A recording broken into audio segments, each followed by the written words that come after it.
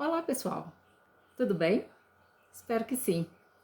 Bom, vamos colocar novidades nesse canal, não é verdade? Confesso que esse fim de ano tem sido tão corrido, tão agitado, que eu não estou conseguindo tanto tempo para gravar os vídeos como eu gostaria. Mas hoje eu quis retomar, né, esse movimento com um texto de Freud que eu acho interessantíssimo, muito conhecido, sem dúvida, que é o recordar, repetir e elaborar. E por que eu acho esse texto muito interessante? Porque Freud traz para a gente um ponto de vista que é o ponto de vista do paciente. O que passa dentro, né, da mente do paciente ao longo das sessões? Como é que é esse universo? Como é que se dá esse processo da elaboração, da ressignificação? Enfim, acho muito interessante. Tem vários pontos aqui que eu gostaria de destacar para vocês e ao longo do texto a gente vai entrando num detalhamento maior. Mas o que seriam esses pontos principais, né? Que eu acho assim como fundamentais. Bom, é nesse trabalho que a primeira vez aparece o conceito de compulsão à repetição. Sem dúvida nenhuma, outros textos freudianos, né, vêm já namorando, alimentando essa ideia, por assim dizer, né? Só que como formatação de uma forma mais contextualizada, de uma forma mais clara e concisa, vem esse termo, né, da compulsão à repetição. E ele coloca, né, qual que seria o papel do psicanalista ao trabalhar, né, as compulsões, a questão dos traumas, né? Nesse momento da obra de Freud, né, ele coloca que o trabalho do psicanalista é exatamente contornar as resistências através das interpretações. Mas calma, seria muito fácil se a gente simplesmente escutasse e falasse, não, será que é por conta disso? Eu quero te dizer que certamente tem relação, essa sua repetição tem relação com algo que você já vivenciou, mesmo que o analista estiver certo, tá? Que ele tiver embasado realmente através da sua escuta técnica, né? Através do tempo e do conhecimento que ele tem sobre o histórico de vida do paciente, não se trata somente de informar. Essa elaboração e essa interpretação, elas demoram um time. O paciente fica repetindo, às vezes, inclusive, coisas muito desagradáveis, ele não consegue, mesmo que ele mude de tema um pouco ao longo das sessões, ele acaba que retoma aquele tema, mas somente após a elaboração feita pelo paciente, que é o momento da interpretação do analista. Lembra de quando Freud desistiu, né? Um dos motivos que levou Freud a colocar a hipnose em segundo plano? Não é porque ele não validava a técnica, não é isso. Na verdade, Freud sempre dizia, e essa foi uma grande descoberta, um salto, um diferencial, que não se trata somente de saber, não se trata somente de passar uma informação. Essa informação tem que ser elaborada pelo paciente e nesse momento de elaboração, as emoções que são liberadas nesse processo de ressignificação, são elas que vão fazer com que seja a hora, né, da superação, da virada de chave para aquela questão, né, de resoluções de nós, de compreensão, de insights terapêuticos.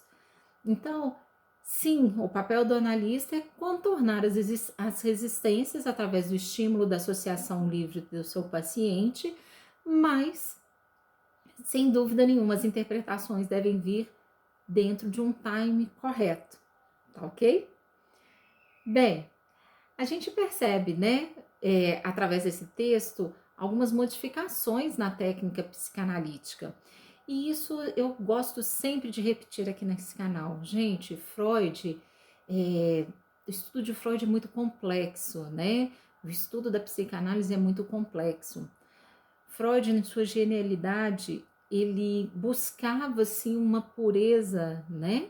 nos ensinamentos, né, no que ele queria deixar de legado da psicanálise, e por várias vezes ele percebe que uma técnica que ele pensava ser positiva, com o tempo de observação no paciente, dentro, né, do consultório dele, pelos pacientes, pelo que os pacientes relatavam, e enfim, que ele também observava dentro do manejo clínico dele, aquela tese que por um tempo era muito validada, ela vai perdendo seu valor.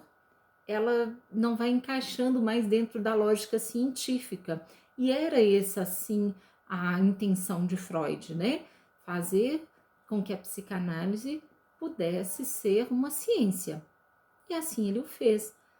E como toda ciência, a gente vê uma evolução. Então, essa obra, né? E em vários pontos também da obra de Freud, a gente percebe essa modificação da técnica analítica. Agora vejam, ele não trocava de ponto de vista simplesmente ao acaso. Ele, quem estuda de fato os textos, né, percebe a riqueza de detalhes, inclusive até uma certa angústia dele ter que explicar, né, das informações que ele passa, né, para o leitor, para a pessoa, né, para o estudioso, que em determinado ponto, aquela técnica que ele estava usando, ou o que ele pensava sobre uma determinada questão, aquilo tinha uma validação, tinha um lastro, né? Vamos falar dessa forma, tinha um motivo, tinha uma razão. Mas ele também explica o que faz ele mudar de motivo, de ponto de vista. Então, quando a gente estuda de fato a obra, a gente percebe uma construção ao longo, né, de todos os textos freudianos. Seguindo aqui, mais específico, né, no texto Recordar, Repetir e Elaborar, eu acho interessante demais o que ele coloca em relação ao esquecimento de um determinado fato que é significativo emocionalmente, tá? O que é esse esquecimento? E aí ele começa a discorrer também sobre como funciona a nossa mente no quesito das lembranças, né? Nossas lembranças não são tão fidedignas como a gente gostaria que fosse. Na verdade, muitas das vezes a gente não consegue se recordar exatamente dos fatos que mais nos impactaram emocionalmente. E isso, sem dúvida nenhuma, né? Esse mecanismo de esquecimento está relacionado com os mecanismos de resistência. Então, essa repetição acaba sendo uma forma de atualização daquele fato onde a gente não consegue trazer para o nosso consciente de uma forma lógica, mas que o nosso inconsciente está ali pulsando e está ali indicando que algo de importante ainda não foi compreendido por nós, tá? Então vamos seguir aqui. Essa resistência é uma maneira, né, de reforçar o esquecimento e ao a gente fazer as repetições, mas de forma inconsciente, porque vejam bem, o analisando, o nosso paciente, ele não percebe que ele está repetindo com tanta frequência. Só depois de algum tempo e de algum esforço interno, né, para que ele entre em análise de fato, que ele consegue identificar que ele está voltando em pontos que muitas vezes eles falam assim, você já sabe de tal questão, mas eu preciso te falar que aquilo me incomodou de novo, como se estivesse trazendo um fato novo, mas na verdade ele está acessando de novo aquele mesmo conjunto de sentimentos represados, tá bom?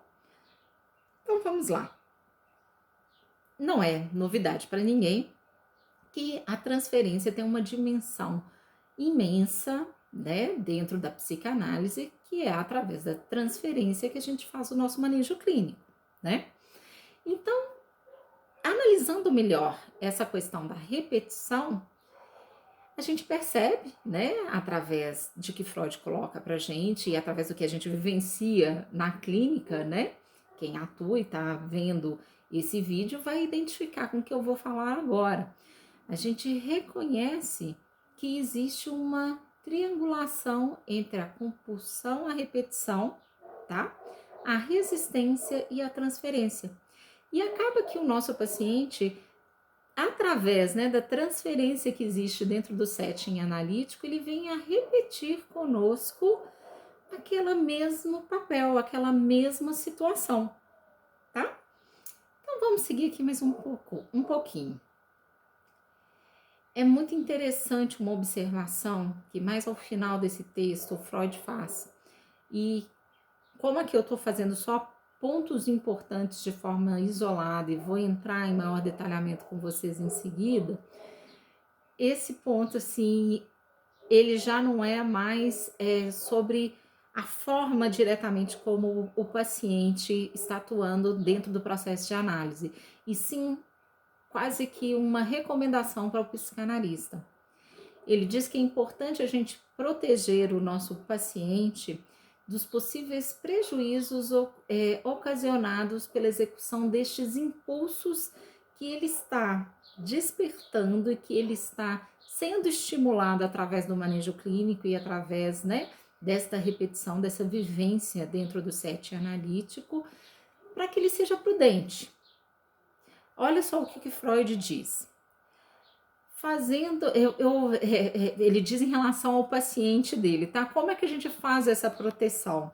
Freud recomenda que a gente faça, né, que o nosso paciente prometa não tomar quaisquer decisões importantes que lhe afetem a vida durante o tempo de tratamento.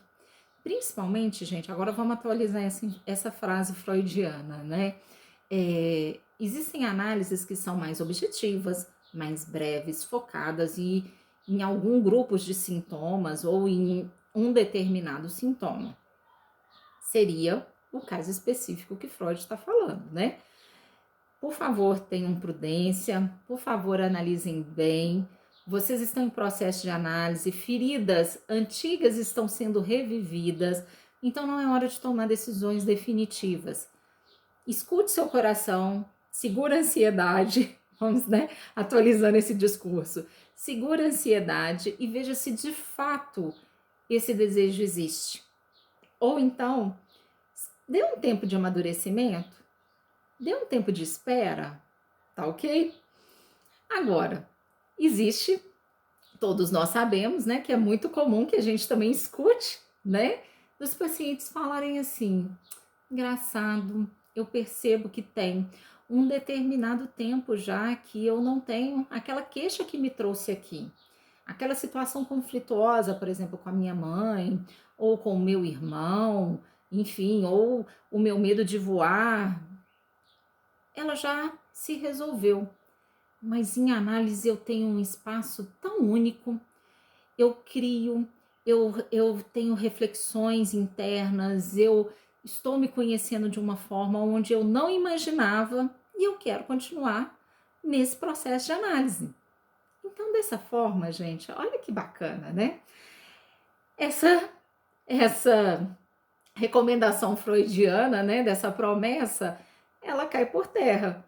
Por quê? Para esses pacientes que descobrem, né, qual é o prazer e qual é o ganho interno, prazer aqui bem entre aspas, tá? Porque o processo de análise é muito difícil, né? Quem faz análise, eu faço e sempre, né, falo aqui no nosso canal, né? Vou recomendar mais uma vez. É fundamental para quem trabalha, para quem é analista, para quem deseja ocupar esse lugar, né? Que esteja com a sua análise pessoal em dia.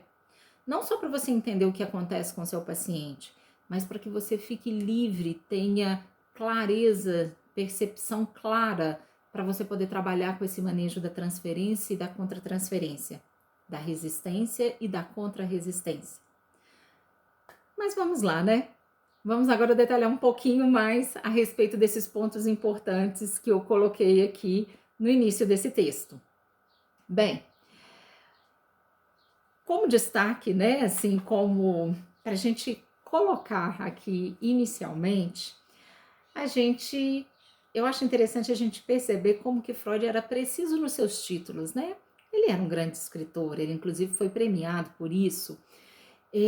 Não é nada ao acaso que ele coloque os títulos nos textos dele, né? E nesse caso ele nos leva, né, a uma questão, né, um questionamento interno. Afinal, para que a gente faz a análise? Qual que é o papel da análise na vida do paciente? Para quê? Para a gente recordar, para perceber as nossas repetições, para elaborar o que for necessário. Às vezes algumas pessoas têm a noção ou o desejo, enfim, a intenção de, através do processo de análise, tornar tudo que está lá no inconsciente de forma consciente. Isso é um desejo que não se satisfará, né? Por quê? Porque de fato esse não é o objetivo, né? Sempre, sem dúvida nenhuma, existirão questões recalcadas, existirão questões que passaram subliminarmente por nossa vida e que a gente não precisa de rememorar, que a gente não precisa de ter isso, né? Imagina a carga para a nossa memória que não seria se tudo que a gente vivenciou em 40, em 30, em 20, em 80 anos estivesse bem fresco na nossa memória, né? Não, é bastante comum, né, que as pessoas tenham essa percepção inicial. Com o tempo vão aprendendo que não. Vai chegar sempre num ponto onde que de fato nada será acessado, porque aquilo dali não é significativo para a pessoa. E isso vai variar de sujeito para sujeito, tá bom? Mas vamos lá. O analista sabe, ou pelo menos ele deve ter, né, essa noção, que as recordações que são trazidas para o setting analítico, essas sim têm algum valor, tá? Mesmo que através da associação livre se diga algo bem corriqueiro, bem leve, tem um valor, tem um significado para a história daquele indivíduo. Então, gente, como eu disse para vocês inicialmente, a gente não pode perder a dimensão que a nossa memória é traiçoeira. Ela é seletiva, tá? É o que Freud vai denominar como lembranças encobridoras. Em algumas situações, né, a gente jura, a gente tenta lembrar detalhadamente o que aconteceu numa situação. Quando a gente vai comentar, talvez com um amigo de infância ou com um irmão que estava ali vivenciando a mesma história de anos atrás, eles vão falar assim, uai, mas não foi bem assim, não. Uai, o que aconteceu foi e o outro XYZ. Aí às vezes a gente entra num embate de quem é que tá falando a verdade, quem é que tá falando a mentira. Na verdade, cada um vai lembrar e cada um vai associar da forma como é possível a cada indivíduo, a cada sujeito. Então não existe uma verdade única. Claro, gente, não é para escrever isso na pedra, como eu costumo brincar com os meus alunos, né? A gente aqui está fazendo pontos de reflexão, sem dúvida nenhuma. Existem documentações, existem momentos que a nossa memória vai lembrar de detalhes riquíssimos e de detalhes reais. Mas, de novo, para quem já está na clínica, é sabido que muitas vezes a pessoa ela conta um caso e aí durante a associação livre ela fala assim, gente, mas eu tive a impressão de que quem estava comigo, por exemplo, né, naquele barco era eu, a minha prima, mas eu não lembro do meu tio. Mas agora falando aqui com você, contando o caso, eu vi direitinho, foi meu tio que conseguiu puxar a corda para que a gente fosse lá para a margem e saísse daquele rio. Então, assim, isso acontece de fato e isso é natural, tá? Para todos nós. Não é por maldade ou por manipulação da verdade que a pessoa às vezes faz essas percepções e essas narrativas diferentes. Então vamos lá. Então, nesse caso, né, como eu falei com vocês, né, e ao longo do processo de análise mesmo, né, a gente deve buscar contornar essas resistências através das interpretações, mas também estimular ao seu paciente para que ele faça as suas elaborações, né?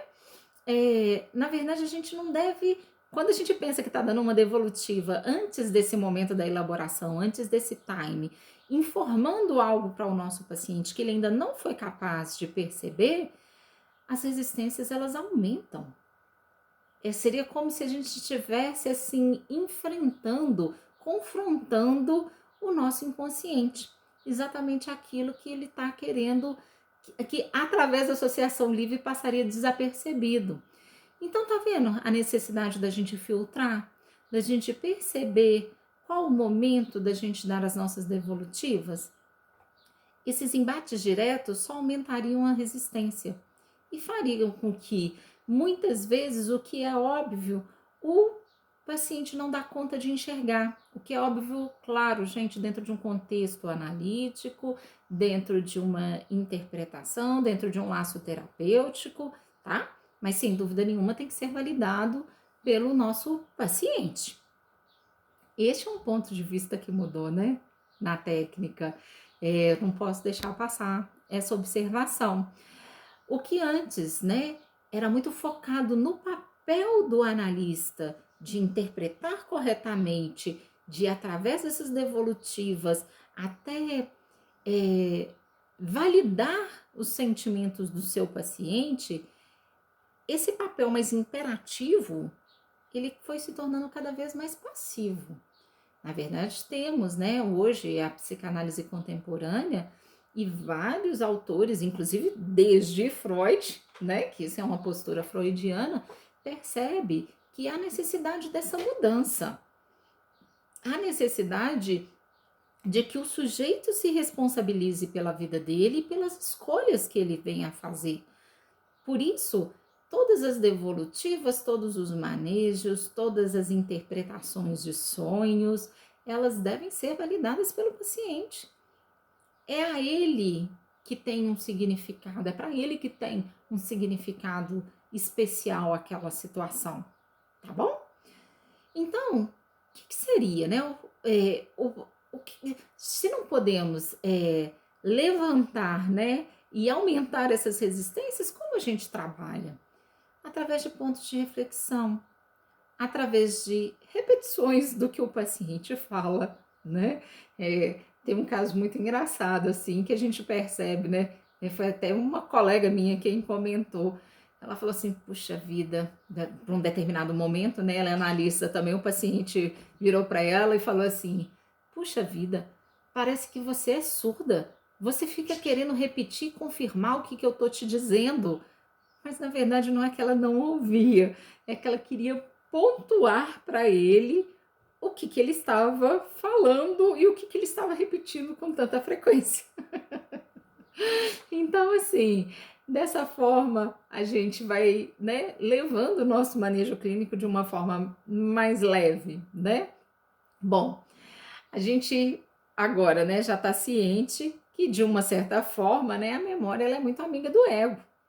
Ou seja, a gente acaba que a gente tem mais facilidade de recordar aquilo que nos interessa e da forma como que nos interessa, né? Então, o analista tem que estar ciente dessas distorções, tá bom?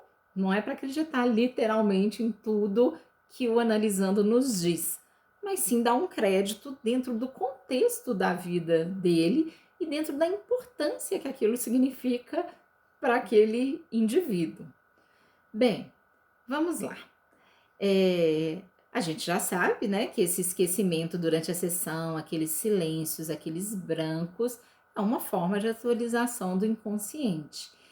Na verdade, o paciente ele não se recorda do que ele esqueceu e do que ele reprimiu, mas que está rondando, né? Aquilo dali tá prestes é modo de dizer, né, gente? Cada um tem um tempo, tá bom?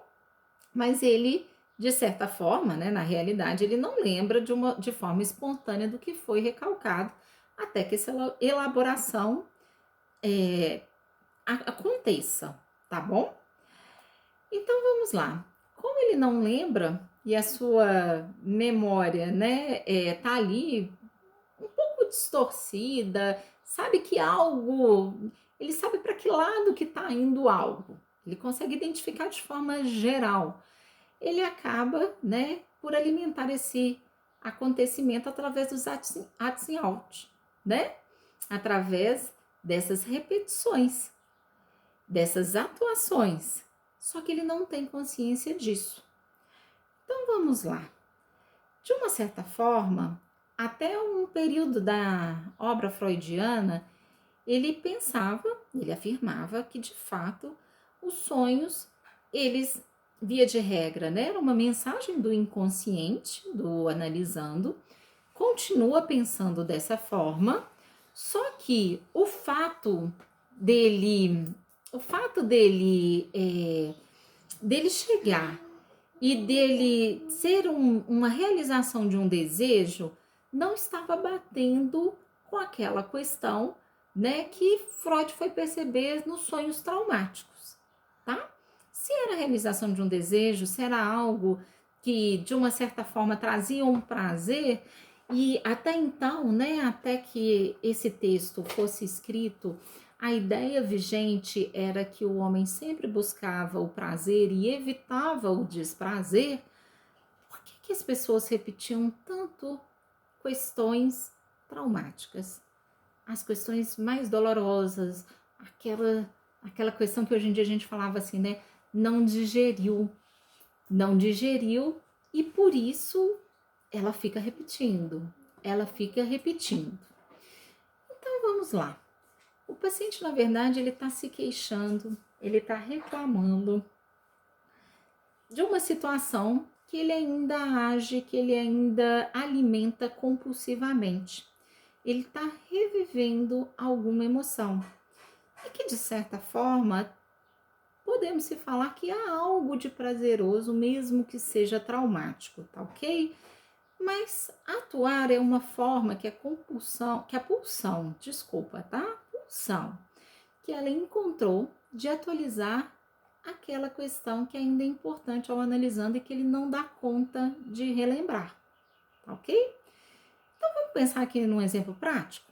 Eu gosto de coisas práticas, vamos colocar isso no dia a dia.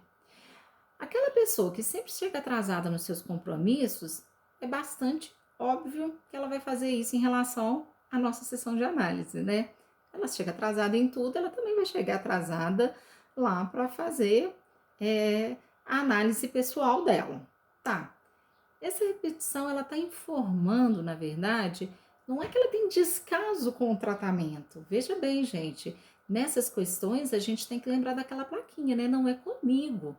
Não é com a Júlia, a analista, que a pessoa não tem respeito com o compromisso e que por isso ela atrasa porque ela não está ligando para a sessão. Não, aquele atraso está dizendo como ele funciona em relação ao mundo, tá? Então, essa questão, né, como que o analista vai enxergar essa atitude dele? Olha, qual que é a conexão dessa forma de agir do meu paciente com algo significativo na sua história pessoal? Outra pergunta pertinente a se fazer é: como é que a gente pode identificar, juntamente com o analisando, que tais repetições acontecem e principalmente para que ele conserva aquilo? Porque no exemplo em questão, eu lembrei de uma pessoa que sempre chegava atrasada, mas ficava muito angustiada com esse atraso. Ela pedia milhões de desculpas, usava até um termo que eu acho pesadíssimo, que é perdão, me perdoe. Eu tento chegar no horário, mas eu não dou conta. Então, a gente pega essas ações e tenta entender dentro da história do indivíduo qual o significado dessa atitude, tá? Então, vamos lá. Como é que a gente pode cessar essa repetição? Afinal, né, a compulsão existe, ela está buscando uma satisfação. E é exatamente através do manejo da transferência que isso acontece, né? Não há uma fórmula, tá, gente? Não há um segredo. Na verdade, a gente sabe que dentro da clínica a gente tem técnicas de manejo, a gente enxerga os nossos pacientes de acordo, né, para iniciar esse manejo clínico de acordo com a estrutura psíquica que ele possui, só que é muito um a um. Pessoas que vêm com o mesmo sintoma, a gente percebe, né, que frequentemente, né, para não dizer todas as vezes, para a gente não colocar aqui uma regra fixa, se tratando do humano, né, elas apresentam o mesmo sintoma, elas têm a mesma estrutura psíquica, entretanto o manejo é totalmente individualizado, é bem dentro da história do laço terapêutico de cada um, tá ok? Então vamos lá. Através, né, do manejo da transferência, essa repetição acontece e a gente tenta, né, trazer o ato para a recordação. E muitas vezes é o que acontece. E é o que valida a psicanálise, né? Então vamos lá. Quando o paciente se interessa por essa provocação que a gente faz através do manejo clínico, né? Ele se sente motivado a realizar elaborações. E ele mesmo vai buscando as respostas. Nós somos os condutores, tá ok? Claro que não é condutores ao acaso. É condutores baseado em muito estudo, em muita técnica, e muito tempo de cadeira, né? Então vamos lá. Essas elaborações que o próprio indivíduo se compromete com elas para que elas ocorram, para que eles identifiquem as possíveis causas, que vai começar a trazer modificações internas. E aí, essas conexões vão se atualizando e seus desejos em relação à situação atual também e à situação passada também. Então, dessa forma, ele acaba que ele consegue ressignificar o que ele vivenciou e tocar a vida dele em frente, né? Então, vamos lá. Acho interessante a gente colocar aqui um outro ponto, sabe? Que é necessário a gente respeitar a liberdade pessoal, né, do nosso paciente, sem dúvida nenhuma, mas num certo sentido, que é através da sua própria experiência e dos seus infortúnios que uma pessoa venha a aprender, né? Enquanto ela não elaborar, enquanto ela não perceber, vamos pensar uma pessoa que seja muito agressiva e que já percebe que ela tá magoando pessoas que ela gosta, pessoas que antes ela tinha uma relação positiva estão se afastando dela. Não adianta a gente pontuar isso antes do momento dela aceitar.